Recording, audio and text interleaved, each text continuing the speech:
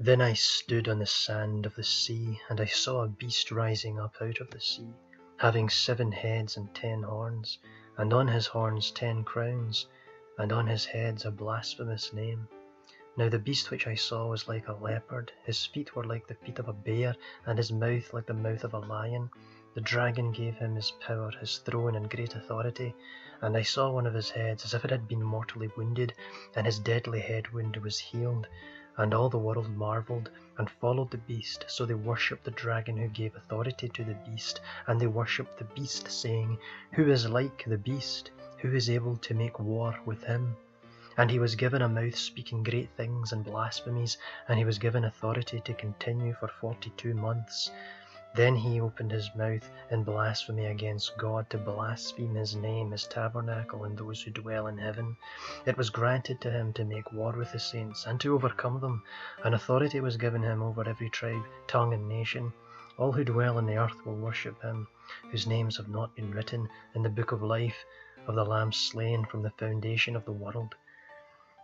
The beast is said to have the qualities of several animals. Perhaps John is making a reference to the beasts in Daniel's visions in Daniel chapter 7.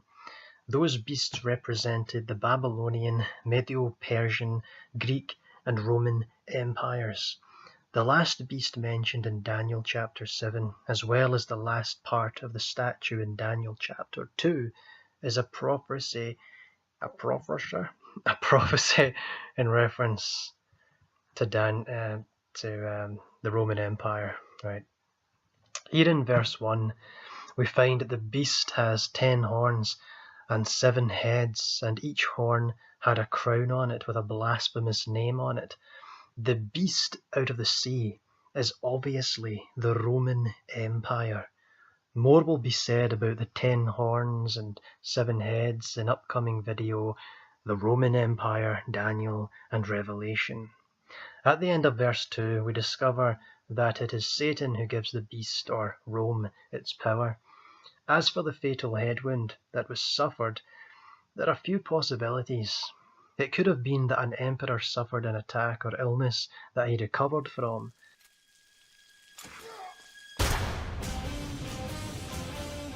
There is, however, no evidence to support this. The second possibility is that it could be Cestus Gallus' retreat and defeat at the hands of the Jews in Jerusalem. The third possibility is that it is the spread of Christianity throughout the Roman Empire.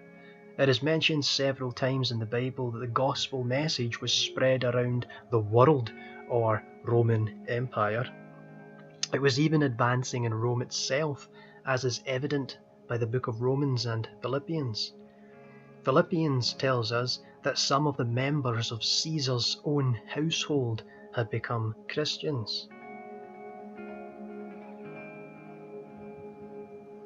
Because verse 14 tells us that the beast was wounded by the sword, I'm inclined to believe that verse 3 refers to the latter of the 3 explanations above. The recovery of the wound would then be Rome's persecution of the church. As for worshipping the dragon and the beast, all of the Caesars claimed to be deities, and people had to proclaim that Caesar was Lord. As a matter of fact, when Pilate asked the chief priests if Jesus was their king, they replied, "We have no king but Caesar." In Acts 17, 5-7, the Jews once again confirmed that they have accepted Caesar as king. If you read a little further in that chapter, you'll see that it was a very religious society.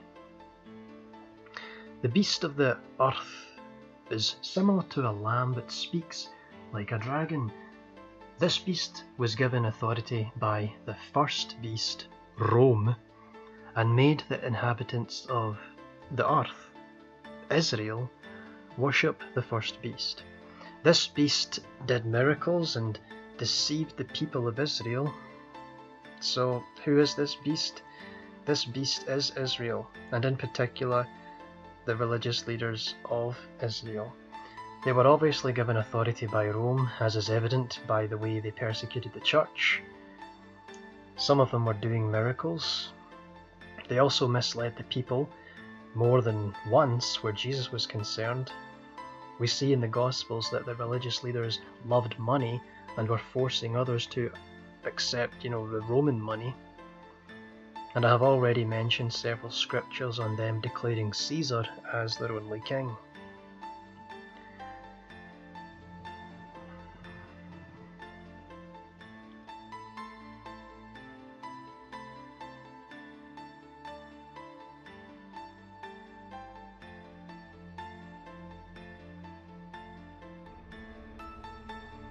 Humans injected with a tiny chip holding the key to all of their private information. But as you're about to see in our CBS 46 investigation, it's not fiction.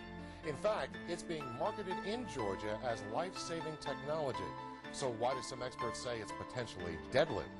We're trying to bridge that gap from a silicon wafer type of electronics to a biological tissue-like electronics to really blur the distinction between electronics and the body. This mystery man, whose number is 666, is Nero Caesar. He was in charge at the time. It was under Nero's rule that Paul the Apostle and Peter were slain. He was the one persecuting the Christians at the time. 666 is the numerical equivalent of Nero Caesar's name. It's, gematria?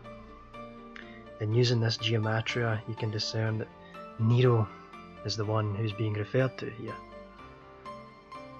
Finally, I believe the mark of the beast is simply a refusal to accept Jesus as Lord. More than that, it is willingly accepting the ungodly way that the world thinks and acts.